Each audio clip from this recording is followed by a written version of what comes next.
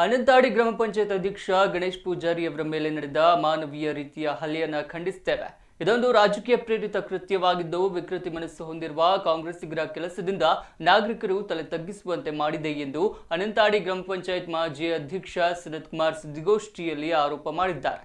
ಶಾಸಕ ರಾಜೇಶ್ ನಾಯ್ಕ್ ವಾರ ಅವಧಿಯಲ್ಲಿ ನಡೆದಿರುವ ಅಭಿವೃದ್ಧಿಯನ್ನು ಸಹಿಸಲಾರದೆ ಇಂತಹ ಕೃತ್ಯಗಳನ್ನು ಮಾಡುತ್ತಿದ್ದಾರೆ ಎಂದು ಆರೋಪಿಸಿದ ಅವರು, ಮುಂದಿನ ದಿನಗಳಲ್ಲಿ ಇಂತಹ ಘಟನೆಗಳು ಮುಂದುವರಿದರೆ ರಸ್ತೆಗಿಳಿದು ಹೋರಾಟ ಮಾಡುತ್ತೇವೆ ಎಂದು ಎಚ್ಚರಿಕೆ ನೀಡಿದ್ದಾರೆ. ಹಲ್ಲೆಗೊಳಗಾದ ಗ್ರಾಮ ಪಂಚಾಯತ್ ಅಧ್ಯಕ್ಷ ಗಣೇಶ್ ಪೂಜಾರಿ ಮಾತನಾಡಿ, ಅನಂತಾಡಿ ಗ್ರಾಮ ಪಂಚಾಯತ್ನಲ್ಲಿ ಸಾರ್ವಜನಿಕ ಹಿತಾಸಕ್ತಿಯಿಂದ ಕೆಲಸ ಮಾಡಲು ಸಾಧ್ಯವಾಗದ ಪರಿಸ್ಥಿತಿ ನಿರ್ಮಾಣವಾಗಿದೆ. ಕಾಂಗ್ರೆಸ್ ಕಾರ್ಯಕರ್ತರ ಗೂಂಡಾಗಿರಿ ಮಿತಿ ಮೀರಿದ್ದು ಗ್ರಾಮಸ್ಥರಿಗೆ ಭದ್ರತೆ ಇಲ್ಲದ ಸ್ಥಿತಿ ನಿರ್ಮಾಣವಾಗಿದೆ ಎಂದರು.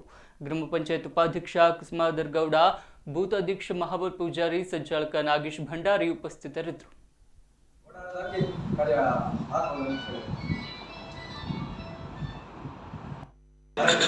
ಸತೀಶ್ ಪೂಜಾರಿ ಅಲ್ಲ, ಸತೀಶ್ ಪೂಜಾರಿ ಅವರಿಗೆ ನೀರು ಏನಿಲ್ಲ. ಅದು ಯಾಕೆ ನೀರು ಅವರಿಗೆ ಅವರ ಮನೆಯಲ್ಲಿ ಸರಿ ಇಲ್ಲ, ಸರಿ ಇಲ್ಲ. ಇದೀಗ ಚರಂಡಿ ಇದು ಮಾಡೋದು ಅವರ ಖಾಸಗಿ ಜಾಗ ಅಲ್ಲ, ರಸ್ತೆ ಮತ್ತು ಅವ್ರದ್ದು ಕೇಳಿದ್ದು ಅಲ್ಲ, ಕೇಳಿಕ್ಕೆ ಆಗಂತಲ್ಲ. ಅವರು ಮೊನ್ನೆ 11ನೇ ತಾರೀಕಿನಲ್ಲಿ ಮೊನ್ನೆ ಭಾನುವಾರ ನನ್ನ ತಿಳಿದ್ದಾರೆ ಕರೆದು, ಇಲ್ಲಿ ರಸ್ತೆಯಲ್ಲಿ ನೀರು ಹೋಗ್ತದೆ, ನಿಮಗೆ ಚರಂಡಿ ಕೊಡಬೇಕು, ಅಡಿಗೆ ನನ್ನ ತೆಗೆದು ಮೇಲೆ ಹಾಕಿದ್ರು.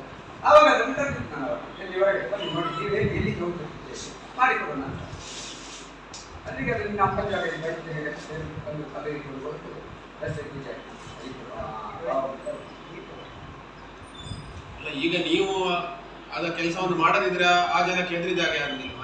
ಅಲ್ಲ, ನಾವು ಈಗ ಮುಂದಿದ್ದೇವೆ. ಯಾಕಂತ ಹೇಳಿದ್ರೆ ನಾವೀಗ ಜಿಲ್ಲಾ ಪಂಚಾಯತ್ ಇಂಜಿನಿಯರ್ ಕರೆಸಿ